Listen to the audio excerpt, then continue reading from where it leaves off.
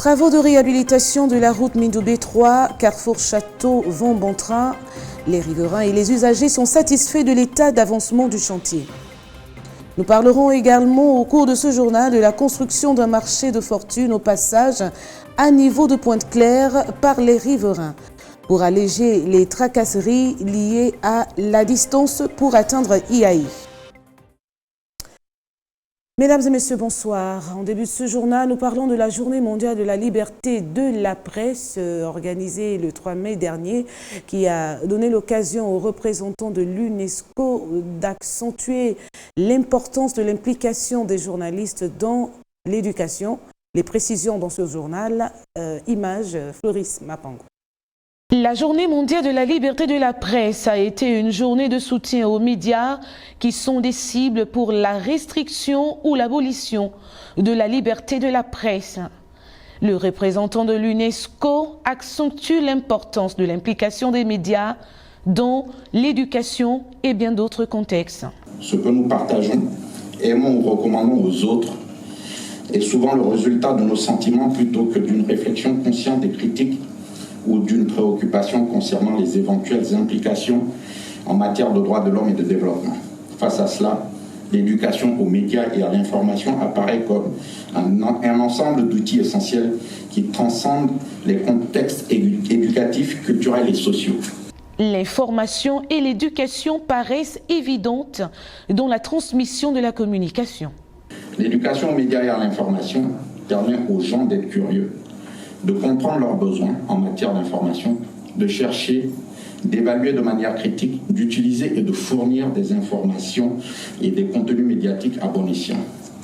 L'éducation aux médias et à l'information appelle à la compétence pour connaître ses droits en ligne, combattre les discours de haine et le harcèlement en ligne et comprendre les questions d'éthique entourant l'accès et l'utilisation de l'information. À l'occasion de la Journée mondiale de la liberté de la presse, j'appelle chacun et chacune à renouveler son engagement en faveur du droit fondamental de la liberté d'expression, à défendre les professionnels des médias et à se joindre à nous pour garantir que l'information reste un bien public. Éric Volibi invite les hommes et femmes des médias à plus de responsabilités dans l'exercice de leurs fonctions. Au sortir de cette journée, les praticiens des médias ont marqué leur satisfaction. Le rendez-vous est pris pour l'année prochaine. On parle à présent du problème des inondations au quartier Mindoubé 3, Maison Blanche, dans le 5e arrondissement de Libreville. L'incivisme des populations et l'insalubrité seraient à l'origine de cette situation. Les précisions ici avec Gamal Uzé et Boris Mikolo. Toutes les maisons se battent sur le monde, sinon tout le monde s'inonde. Le linge, non. Ma fille s'est morte dans la nuit d'avant-hier. En faisant ça, il faudrait qu'on passe à dégager la rivière qui nous inonde. Parce que quand les eaux dans les maisons, nous ne sommes pas à l'aise. Avant, il faut qu'on soit une situation aussi à l'aise. On s'inonde tous les jours, il faut y aller une grande, même petite, une fois, il tombe seulement. Tout le monde est inondé. S'il pleut, tout le monde s'inonde ici, tout le monde. L'eau dans les maisons, ça gaspille tout. Les télévisions, ça gaspille tout. Ici, plus bas, au pont là. C'est un petit pont qu'ils ont mis, ce n'est pas un grand pont. Nous sommes des paisibles, nous sommes tous des Gabonais. Ça, les dégâts importants, vraiment. Voilà ma fille qui parle, qui a un bras touché parce qu'elle s'est fait l'électrocuter avec l'eau qui rentre dans la maison. C'est pas normal. C'est pas dans ma bouche qu'ils vont manger le piment. C'est tout. Normal ou pas normal? Ce n'est pas normal. La problématique des bassins versants dans la capitale gabonaise reste entièrement d'actualité. Il n'y a pas un quartier à Libreville où l'on ne parle pas d'inondations, surtout en cette grande période de saison de pluie. Au quartier Mindoubé 3, chez le chef derrière la Maison Blanche, la situation est catastrophique. Ici, les habitants sont désespérés. Nous sommes vraiment victimes des inondations. Comme vous le constatez, tous les voisins vraiment, on est dans l'eau. Pendant la grande saison de pluie, vous voyez vous-même, vous constatez, c'est plus qu'un calvaire parce que encore que ça, ce sont des routes qu'on a essayé de fonder pour pouvoir avoir accessiblement la route plus rapidement en fait. Bon, mais par rapport à cela, quand il y a les pluies, depuis qu'ils ont arrangé le pont là, le pont de la route de Maison Blanche là, vraiment c'est plus qu'un calvaire parce que l'eau monte à plus de 3 mètres de hauteur. Donc nous ne pouvons même pas vaquer nos occupations. Une réalité que les riverains ont du mal à accepter avec des pertes de biens qu'ils comptent tous les jours à la moindre pluie. Depuis qu'il y a les inondations, bon, on n'a pas vraiment encore enregistré vraiment des... Bon, les cas graves, c'est peut-être au niveau des toits qui s'envolent avec les pluies. Et au niveau des congélateurs aussi, parce que nous, là, par exemple, mon petit frère, là, il a été victime des congélateurs, les lits, tout ça, là, les radios, qui étaient à un bas niveau. Bon, pratiquement, quand le petit s'est inondé, il y avait aussi effectivement le courant aussi qui menaçait. C'est-à-dire que quand on veut toucher un câble, ça te projette un peu plus loin. Et bon, donc ça là, on déplore un peu. Il n'y a pas eu vraiment de mort en tant que tel pour le moment, mais les dégâts matériels, vraiment, il y en a eu beaucoup. À ce qui semble, le pont construit sur la voie principale en amont par une société de la place serait venu accentuer les inondations et aggraver la misère des habitants. Et puis les Chinois ont fait ce qu'ils ont fait. Effectivement, on était là quand ils étaient en train de faire leur pont là. On les a dit, on les a fait comprendre que comment ils appellent ça, les tuyaux, les buses là, les trous sont très petites. Donc il a fallu normalement un pont en style un peu de Dalo pour que toute la saleté, les vieux congélateurs qui descendent avec la rivière passent outrement. Mais dommage que ces trous là sont très petits. C'est vrai que l'eau ne circule plus bien. Ils n'ont pas pris la peine de dégager la rivière, afin qu'elle devienne large et que l'eau coule sans problème. Tout simplement, le pont a été fait, je ne sais pas par quel expert a fait ce genre de... Parce que le pont est fait, normalement, il devait être une buse, ça devait être des hautes buses, mais les buses ont été faites plus bas.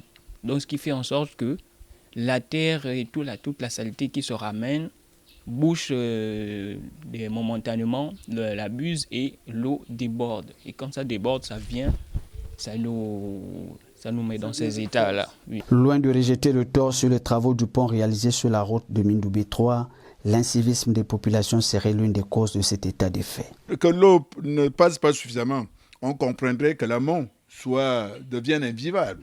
Voilà. Mais l'aval, on devait être plus ou moins dans une situation enviable par rapport à nos amis qui sont en amont. Or, ce n'est pas le cas, donc on ne peut pas. C'est une mauvaise perception de l'esprit. Non, ce pont ne peut pas influencer jusqu'ici.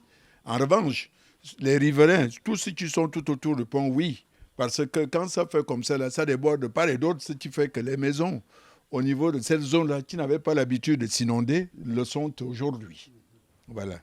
Donnerait-on raison à l'adage qui dit, je cite, « Avant de relever la paille qui est dans l'œil du voisin, retire d'abord la poutre qui est dans ton œil. » Alors, l'incivisme des populations est mis en cause. Mais aux autorités de jeter un regard particulier et apporter une solution sur la question relative au bassin versant, surtout en cette période de saison de pluie et dans le quartier de Mindoubé 3.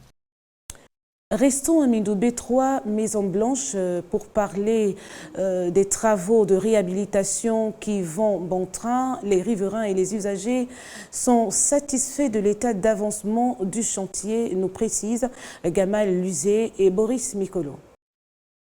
Les travaux de construction de la route Carrefour pavé Mindoubé 3 sortie Château-Bongos dans le 5e arrondissement de Libreville vont bon train. Les réalisations sont visibles. Après le terrassement, les voiries et les dallots, l'heure est maintenant au bitumage à la grande satisfaction des riverains. Je peux dire que la construction de cette route, c'est la bienvenue parce que vraiment, ce qui fait que j'étais au garage tous les jours pour changer les roues, les rotules, tout ça là. Donc cette construction, vraiment, c'est la bienvenue. Ça nous donne vraiment, ça nous procure la joie. Donc je suis content de l'action que le gouvernement est en train de mettre sur pied. En tant qu'usager de la route, déjà c'est une grande satisfaction. Nous sommes contents parce que vu l'état de la route, c'était compliqué. Le passage était du n'importe quoi et puis des voitures avaient même du mal à passer. Il fallait qu'on marche jusqu'au carrefour là-bas pour prendre les clandos. Autrefois piste d'éléphant avec son chapelet de misère, les automobilistes qui étaient accoutumés à fréquenter les garagistes peuvent désormais pousser un ouf de soulagement, même si le chantier n'est pas encore livré. Ce n'est qu'un pire souvenir que nous, population de Mindouvé 3, nous le sommes derrière nous. Autrefois, cette route était le calvaire de tout un chacun ici. Il fallait quitter chez le chef jusqu'au pavé. Parfois, quand il y avait des grandes pluies, il fallait garer les véhicules au pavé et marcher jusqu'à chez le chef. Bon, maintenant, ça reste rien qu'un pire souvenir. Avec la venue de cette nouvelle belle route, on espère que les choses iront maintenant de mieux. Ça ne manque pas. Le véhicule est comme un être humain, il y aurait toujours les pales, mais au moins, elle va nous soulager pour un bon bout de temps. La qualité des travaux réalisés par une société de la place rassure les usagers et espère que cette route tienne le plus longtemps que possible. De toute façon, on n'est pas étonné, on est simplement surpris parce que, d'abord, premièrement, les Chinois ils sont passés par ici la première fois, ils ont raté, franchement, ils avaient raté. Et c'est maintenant Colas qui est sur le terrain. On se demande, on se dit, mais si l'État pense en nous, c'est très bien. Nous sommes contents parce que quand il pleut, c'est pas la joie. Vous voyez même si ce n'est pas encore terminé, mais ça prouve que non, si ce n'est pas bien fait, quand il va pleuvoir, ça va encore se dégrader. Mais on remercie l'État gabonais et ensuite Colas. Donc c'est important. Là, c'est la première couche, on attend qu'ils mettent la deuxième couche. C'est souvent ça. Sauf si c'est limite à ça, mais on attend la deuxième couche. Que cette belle initiative gouvernementale qui consiste à construire les nouvelles routes et réparer les anciennes dans la capitale ne soit pas un feu de paille. Car d'Ovendo à Akonda et du bord de mer en Toum, le constat est le même. Le problème des routes reste d'actualité, alors aux autorités de s'y mettre véritablement pour soulager les souffrances des usagers. Nous poursuivons ce journal pour parler de la construction d'un marché de fortune au passage à niveau de Pointe-Claire par les riverains pour alléger les tracasseries liées à la distance pour atteindre Iaï. Nous laissons la place à Naomi Samba pour le commentaire, image Floris Mapango. Après moult réflexions et tracasseries, les femmes du quartier Pointe-Claire dans le 5e arrondissement de la commune d'Ovendo, aidées par quelques hommes, décident, outils à la main, de prendre d'assaut un espace anciennement occupé par une entreprise de construction de la place pour enfin non seulement se mettre à l'abri des contraintes engendrées par la crise sanitaire actuelle, mais aussi voir leur rêve d'avoir un marché de proximité se réaliser. Colas s'enlève ces conteneurs. Nous, on remplace parce que pour le moment, là, il n'y a plus rien à faire. Du coup, il faut maintenant faire le tout possible de chercher là où essayer de faire quelque chose. Je loue un box. Du coup, ça ne m'arrange plus parce qu'il y a eu le confinement, rien ne marche. Je passe des moments difficiles pour payer le local, au moins c'est compliqué. Donc du coup, je suis obligée de partir comme ça, mais en tout cas, il n'y a rien. D'ici le 5, on doit payer les locales et puis les propriétaires ne savent pas que le temps est compliqué. Au regard de l'acte héroïque, voire salvateur de ces femmes, les populations de cette zone se disent satisfaites de la construction de ce marché de fortune. Elles voient en cela un allègement de souffrance. C'est un plaisir pour nous d'avoir un marché dans le quartier. Et ça soulage, mais nous ne vivons plus haut. Malgré ça, mais on dit quand même merci, c'est gentil. Au moins, ça, on ne doit plus dépenser l'argent du taxi pour aller à Iaï. Non, ça nous fait plaisir. Nous sommes ici, nous sommes plus loin de Iaï. Il y a certaines choses, des petites choses telles que par exemple la tomate fraîche. Il faut aller à Iaï. Le déplacement coûte combien? Aller comme retour pour aller chercher un peu la tomate. Mais si nous avons notre marché dans notre secteur, papa, on est riche. Quand on a déjà un mini-marché comme ça, là, ça nous réjouit. Nonobstant le sourire aux lèvres, les habitants de Pointe-Claire craignent les représailles des autorités municipales et implorent la bonne foi de ces dernières pour qu'ils soient aussi bénéficiaires d'un marché digne de ce nom. Si les autorités ici imposent, on a la mairesse d'Ovendo qui est là aussi, qui peut aussi nous défendre, puisque nous, on se trouve au niveau de la mairie d'Ovendo. À ce qui concerne les autres, peut-être dans leur entendement, ils ne sont pas d'accord. Moi, mon souhait, c'était que les autorités en place viennent sur le terrain. Si c'est mal construit, qu'ils viennent nous mettre un marché. Pour essayer un peu de réjouir, parce que si aujourd'hui, on ne pensait pas, on était dans la boue. Aujourd'hui, on voit déjà le goudron. Hein? Le goudron, nous marchons maintenant d'ici jusqu'à Yayi sans problème. La question épineuse d'absence d'espace commercial dans certains quartiers de la capitale de Libreville serait à l'origine des constructions de fortune ou occupations illégales, ce qui ternise l'image de notre belle ville. Les commerçants gabonais qui cherchent à s'installer au marché d'Iaï dans le 5e arrondissement de Libreville sont confrontés aux problèmes de boxe. Ces derniers accusent les propriétaires de faire la part belle aux expatriés. Nous écoutons plus de précisions dans ce reportage. Floris Mapango pour les images. Comment cela se fait-il que certains commerçants liquident leurs marchandises à même le sol, prenant d'assaut la déventure des habitations et magasins? D'autres vendent en toute sécurité dans les box. Cette problématique paraît au regard de ce qui se présente ici au marché d'Iaï, dans le 5e arrondissement de la commune de Libreville, où les vendeuses de nationalité gabonaise se plaignent de ce qu'elles soient lésées et que les expatriés soient mieux pris en compte par les propriétaires. Regarde, en commençant par là-bas jusqu'à là-bas, tout ça là appartient aux expatriés. Il n'y a aucune gabonaise qui a un box ici. On veut avoir les box, on nous dit que les Gabonaises n'ont pas la place pour avoir un box ici. Maintenant, on va parler. On ne nous traite pas comme les gens. Nous sommes comme des chiens, comme les machins, comme les moutons. Nous, on souffre ici, on n'a rien à dire. Selon toute vraisemblance, cette situation apparaît répugnante pour les Gabonaises, mais pour être en possession d'un box, il faut un moyen de financement pouvant payer son loyer commercial chaque mois. Or, ce n'est souvent pas le cas, nous a laissé entendre une source bien informée. Vous savez, tout le monde aspire au bien-être. Celui qui a les box les vend à la plus-value. Les vend à la plus-value, il arrive que les étrangers, avec leur mode d'organisation, puissent acheter tous les box. Ça peut arriver. Moi, je suis pas... C'est vrai ce que vous dites, ce que vous pensez, ce que vous avez entendu dire, c'est vrai. Mais la vérité, c'est que le box est réservé à la plus-value, parce que nous sommes dans un commerce libéral. Non, on paye bien, pourquoi? Tu penses que on paye bien? Tu penses que si tu as l'argent, tu vas aller prendre le kiosque cadeau? Hein? Tu ne peux pas dire que tu vas prendre le kiosque et tu ne payes pas. Est-ce que la place t'appartient? Est-ce que la terre t'appartient? Ici, là, ce n'est pas chez nous. Si tu veux avoir une place, c'est que tu dois payer. Mais si tu n'as pas, tu ne peux pas aller demander. Mais on dit les Gabonaises, non. Il ne suffit pas de revendiquer un box. Le plus important serait d'être capable d'en assurer le loyer chaque fin du mois. Une toute petite question au cours de ce journal. Que pensez-vous du numéro vert 1404? Élément de réponse ici avec les Gabonais. Mon avis est simple. C'est une bonne initiative. Hein. Vous savez, aujourd'hui, notre société va à tout va. Il va falloir bien, effectivement, recadrer les choses. Mais bon, moi, j'ai un petit souci. On voit plus, on va dire, du côté féminin, mais on oublie aussi qu'il y a des hommes aussi qui vivent effectivement ce genre de situation-là, hein, dans leur couple.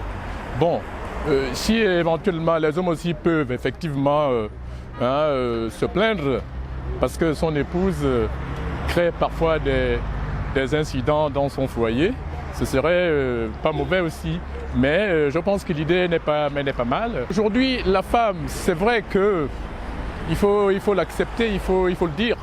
La femme, elle est fragile, d'accord? La femme, elle est sensible.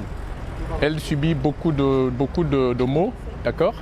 Et je dis, bon, si le gouvernement a pensé à mettre un cadre juridique, c'est pas seulement que le Gabon, hein. C'est un peu, on va dire, dans tous les pays du monde où les femmes sont violentées, hein, d'accord, elles sont victimes de pas mal de fléaux. L'idée n'est pas mauvaise, sauf qu'il suffit d'encadrer. Parce que si je prends l'exemple d'une fille qui est violentée par son mari, elle a droit à ce numéro, c'est-à-dire ce numéro vert. Sauf qu'à quel moment on saura si la violence elle est normale par rapport au couple. Il faut dissocier entre la violence normale d'un couple, donc d'un monsieur envers son épouse, et ce qui n'est pas normal, c'est-à-dire où il faut faire agir le numéro vert. Or, il y a aussi ces messieurs, c'est-à-dire ces derniers, qui sont violentés par leur épouse. Eux aussi devaient aussi avoir un numéro vert.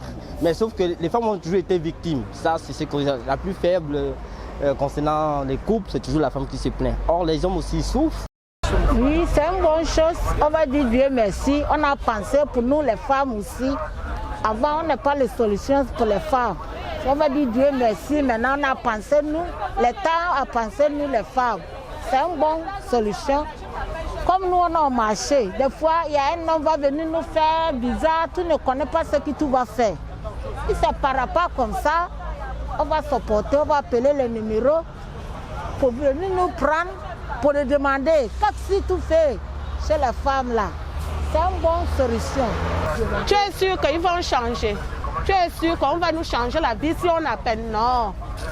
Ça ne peut pas changer. On a trouvé le pays là comme ça. Ça va rester comme ça. Ça ne peut pas changer, ma soeur. Ça ne peut pas changer. Heureusement, ça arrive très en retard.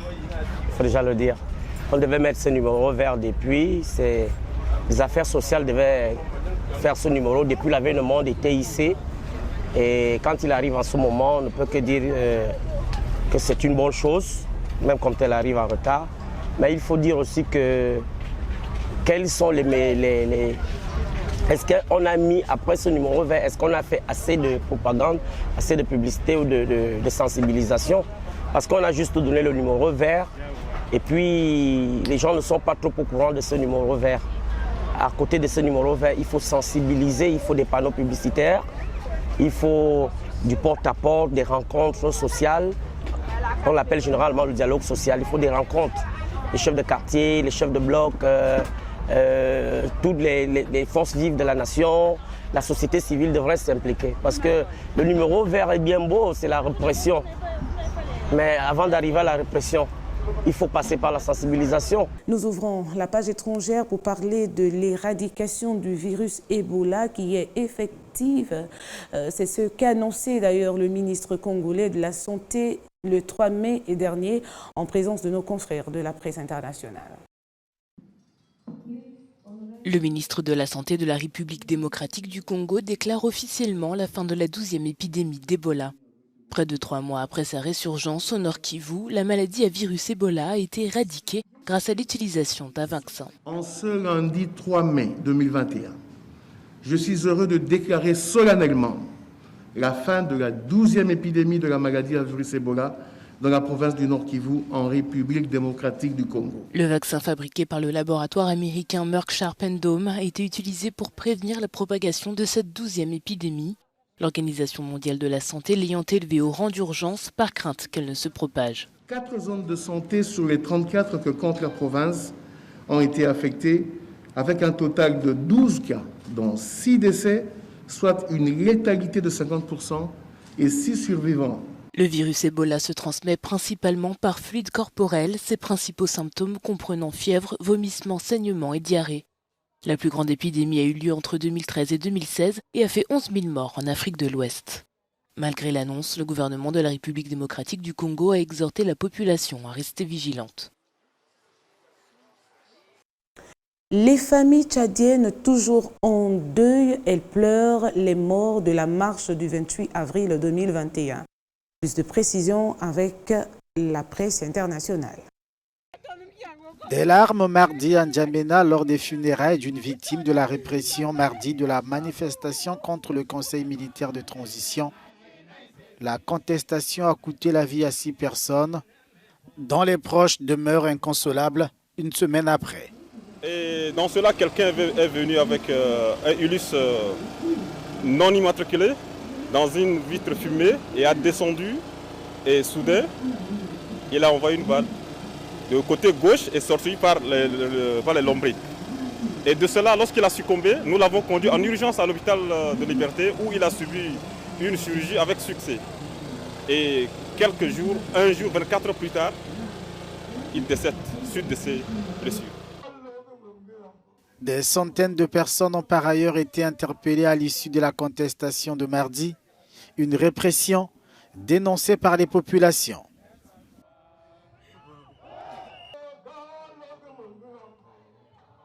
C'est comme une goutte d'huile au feu. Maintenant, tous les jeunes sont prêts. Comme on le dit, il y avait un mouvement du nom Wakitama, c'est-à-dire c'est l'heure où tout le monde est debout. Tout le monde est debout et tout le monde est à l'assaut de sa liberté pour dire non à la prise au pouvoir par... Mais les militaires tentent au contraire d'asseoir leur pouvoir. Ils ont, dernier exemple en date, la publication du nouveau gouvernement avec la participation d'une frange de l'opposition.